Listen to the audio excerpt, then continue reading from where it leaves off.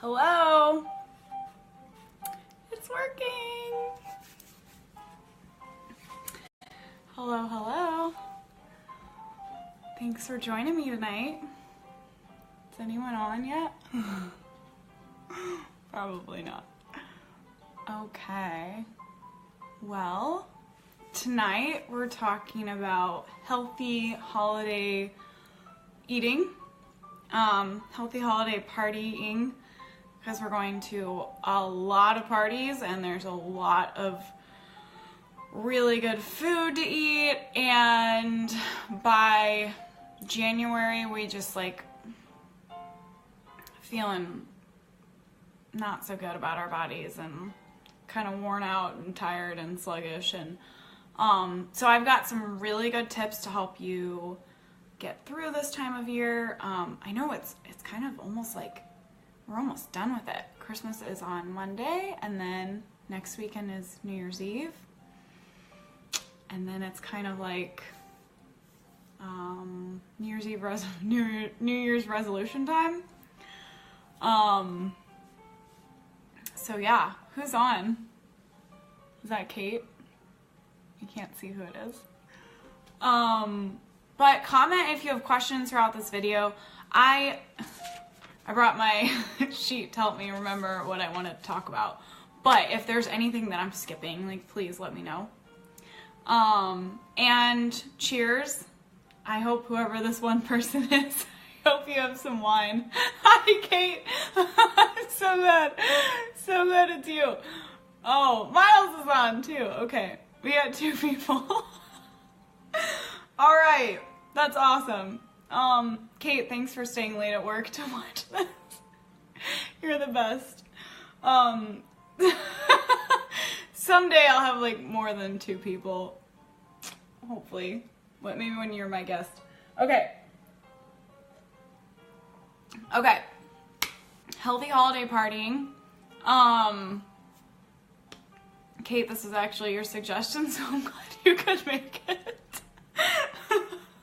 Okay, so first and foremost, the thing I hear most often is I'm preparing for tonight, this big party or big event, by not eating anything all day. This is a terrible idea.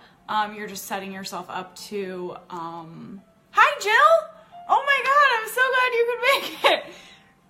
Do you have your wine? Miles wants to know how he can drink all he wants and not gain weight. Hi, Jill, I'm so glad. Thank you for coming. You make 3. Okay. So healthy holiday partying. So we're talking about preparing for our party by having a snack beforehand. We don't want to skip breakfast and lunch, and then get to the party and we're so hungry and all these really delicious, indulgent foods. Okay, well maybe when you get home, Jill, you can, Clay can pour you a glass of wine. Okay, so we're preparing for the party. Having a little snack beforehand is spoiling your appetite, basically. So you're not super hungry. All those delicious foods that look really good even when we're not hungry. You're not just gonna be going crazy eating all of them.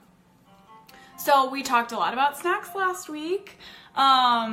But a good snack is protein and fiber. So, hummus and vegetables, or, oh God, I don't know, an apple and peanut butter, a little bit of trail mix. I love edamame with a little sriracha on it. It's so good.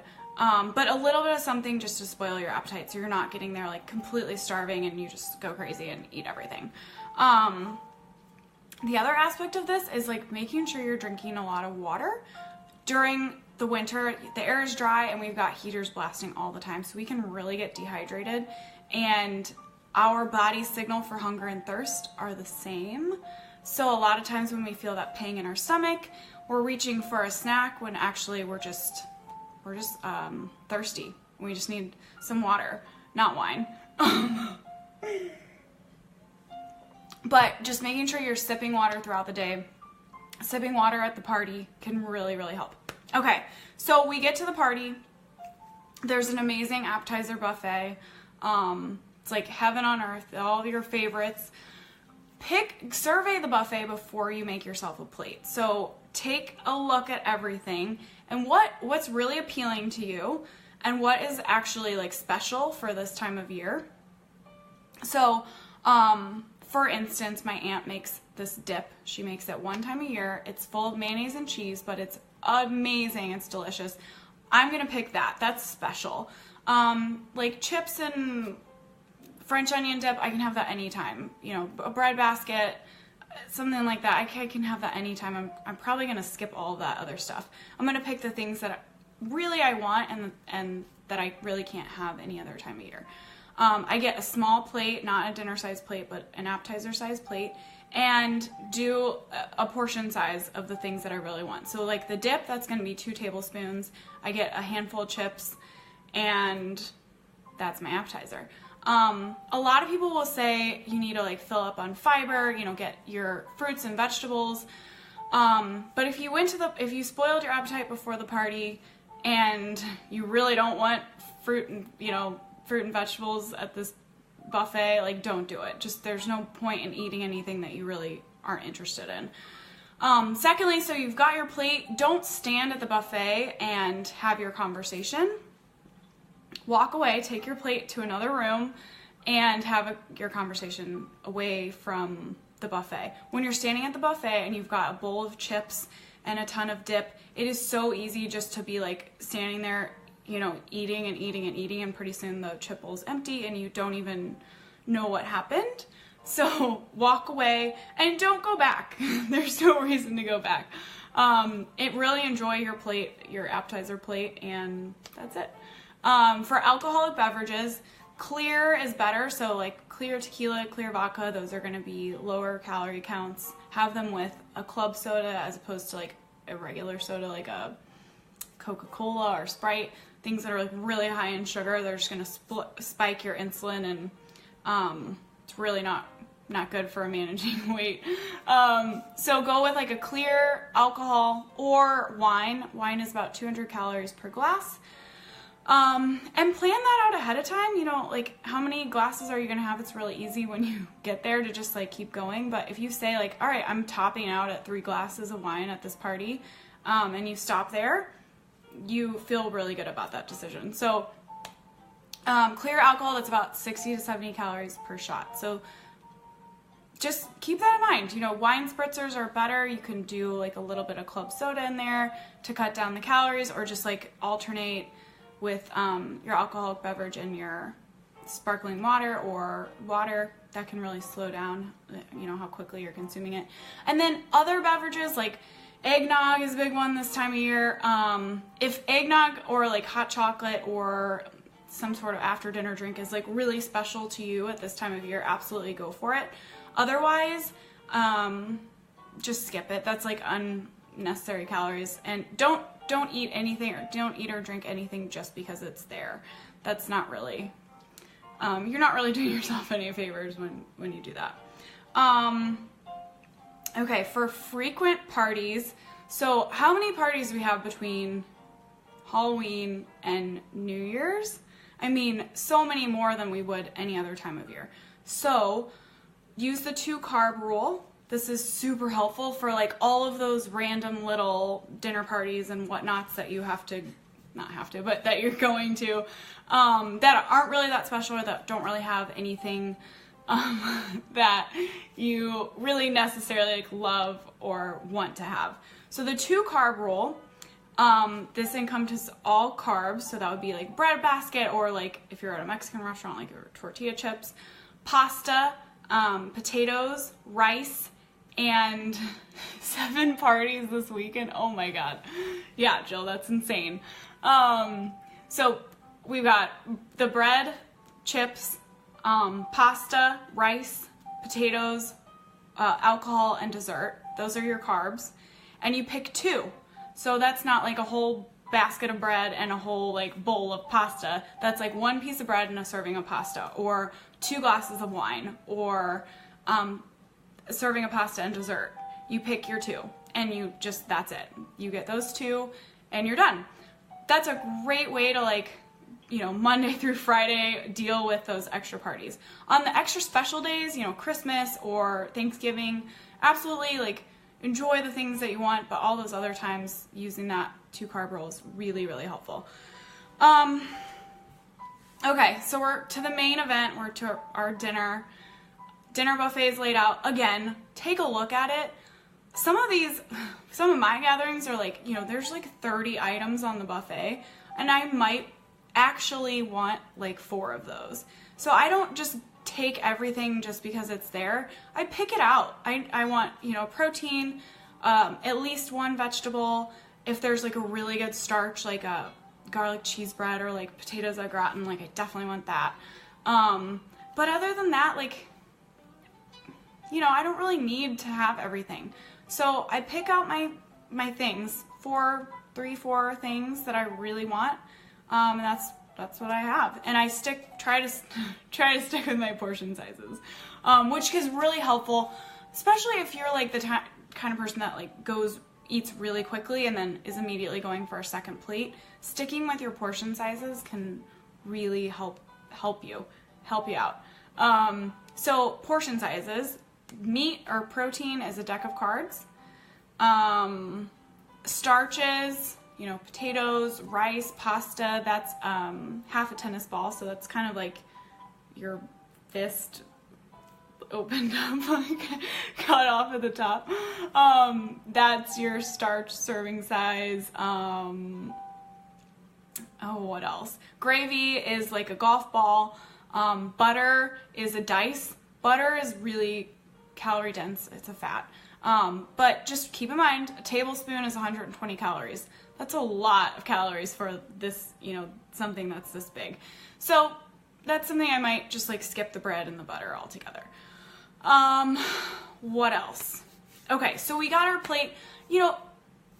Being like adding a little bit of mindfulness to your dinner time can go a long way. Sitting down with your food and really eating slowly and enjoying it and enjoying the company that you're with sounds really cheesy, but that's a great way to kind of get more out of your plate. So you're not rushing through your meal. You're not just eating because it's there, because it's a big event, and then like running back to the bar for seconds. You're taking your time. You're really enjoying what's in front of you, and that can be a great way to cut down on calories or your overall calories.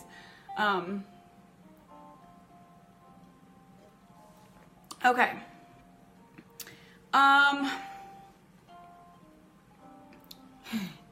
Yes, thank you, Kate. Thank you for saying it wasn't cheesy. Okay, on to dessert. We've had our dinner, we're on to dessert. I had a presentation covering this topic like 2 weeks ago, and I asked them like who's a main meal, who's like a salty person, who's a dessert person. Almost every single person was a dessert person. So this is really important, apparently, because I'm not a dessert person. But, okay, so dessert, by this time, especially on like Thanksgiving or Christmas, most of us are so full that our like taste buds are just dead. They don't even know what dessert is going to taste like. So going easy on this is huge. Or someone had this great idea. They were like, we don't eat dessert right after dinner. We wait like 3 hours and then have dessert. And I was like, that's so awesome. Then you really get to like taste it and enjoy it. So if that's an option, waiting to have dessert, that's a great idea, because at least your taste buds are going to be back a little bit and you can like actually taste it and enjoy it. But cookies are going to be better than like a pie or a cake. First of all, portion control, they're going to be smaller. Second of all, pies, cakes, they tend to have like icing, or for a pie, we've got like pecan pie, which we've got a very calorie dense pecan covered in sugar and I don't know what else is in pecan pie. A whole bunch of calories surrounded by crust. Even like a apple pie or something like that. We've got an apple which has its own sugar in it, covered in sugar, with butter, surrounded by crust. That's going to be very calorie dense. So going with the cookies, you can save yourself a ton of calories right there. And you get to kind of, if there's a variety of cookies, you get to kind of taste more things, as opposed to if you get one piece of pie, then you're kind of stuck with that. And what I like to do is just ask for bites of other people's pie. If I really want pie, I usually don't have my own piece, or I get like a smaller piece and have like a couple bites of it. But I'll kind of like eat off other people's plates, and that's a good way to taste more. I don't know if they probably don't really like that too much, but that's a good way to taste more and eat less. Okay, if you're going to a party that you know there's not going to be anything healthy at, bring your own. Who says that you can't just like show up with a food item that you weren't invited to bring? So let's say you're going to like your aunt and uncle's house and all they have is like fried food, potatoes covered in cheese. Bring a salad for yourself and don't feel bad about it. This is like your health, so do not feel bad about doing that. You know, even bringing an appetizer, if you aren't gonna have time to spoil your appetite, bringing like a vegetable tray for you that you can just kind of munch on, fill your stomach up a little bit so you're not eating so much dip. That can be really helpful. If you're cooking something yourself, so let's say you're gonna make a dip, using like Greek yogurt instead of mayonnaise can save you a ton of calories, add protein, and really like you cannot taste the difference. Greek yogurt's an awesome substitute for mayonnaise, for sour cream, for even like heavy cream if you're making like mashed potatoes or something. Great way to add protein and save like a ton of calories, and people will not know the difference. Trying, like, again, if you're cooking, trying carb substitutes. So cauliflower is awesome. I make cauliflower mashed potatoes that taste like mashed potatoes. Sometimes it's hard to get the consistency right, but just steaming some cauliflower, putting it in a food processor with Greek yogurt, salt and pepper, like roasted garlic, and blending it up. It's so good. Most people cannot tell. I actually make that for my clients all the time. I've not had one complaint. Most of the time they like it more than mashed potatoes. That's an awesome thing to try. And then spaghetti squash, instead of, thank you, Kate, instead of just like regular pasta, spaghetti squash is so good. And it's like super versatile. In a lot of ways, it's easier than noodles. And I'm not sure why I said that, but I think it holds up better. But you know, taking your spaghetti squash, you just bake it, add some pasta sauce and some cheese. That's like dinner right there. And it's super yummy. It's lasts in the fridge for a while. I make spaghetti squash lasagna, which is super yummy. And you just lost all of your carbs from the pasta. I like that. When you're baking at home, or if you're making like a pie, skip the crust and call it something else, and people won't know the difference. So I make like a pumpkin pie filling and I don't add the crust and I call it pumpkin flan. And thank you, Jill. And that's like, people are like, oh, it's flan, you know, like they're not like, oh, this is pumpkin pie filling without the crust. They're like, oh, I'm gonna have some flan, and be like really fancy. That's an awesome way to like save a ton of calories. Even with an apple pie or like any type of fruit pie, skipping the crust, adding like a little crumble topping, so like the oats with like sugar and butter, you just put that on top and you scoop it out and just say it's like a crumble. Nobody knows, and nobody misses the crust. Who likes the bottom pie crust anyways? Like, it's not even good. So you don't need it. That can save you a ton of calories. And another thing is you can cut back, usually on like baking recipes, cutting the sugar like in half, you can't tell. And if you can, adding like substituting with a little bit of stevia is a good way to like up the sweetness with a lot fewer sugar calories. And another option is if you really want something after dinner, something sweet, just a little bit of dark chocolate can really like set your taste buds. You know, you don't need like much more, a couple bites of it. And dark chocolate's got a lot of nutrients in it. It's super good for our heart health and our brain health. So that's a great option for like having something sweet and not really overdoing it on the calories. And that would be a good one for all of those other parties when there aren't like special desserts, but everyone else is having dessert and you want just a little bit of something. Okay, thank you guys for coming. Hopefully it won't be, you know, I won't have to like ask you guys to come to these all the time and like other people will show up at some point. But that's all I have for you. Did I miss anything? Kate, anything? Thank you. Thanks for coming. Thanks for waiting to go home and staying with me. And well, if anyone does have questions and you're watching this video, you are comment under it and I'll answer your question if I skipped anything. But thanks so much, guys. I love you. And I'll see you next week. Have a great Christmas. And let me figure out how to turn this off. Bye.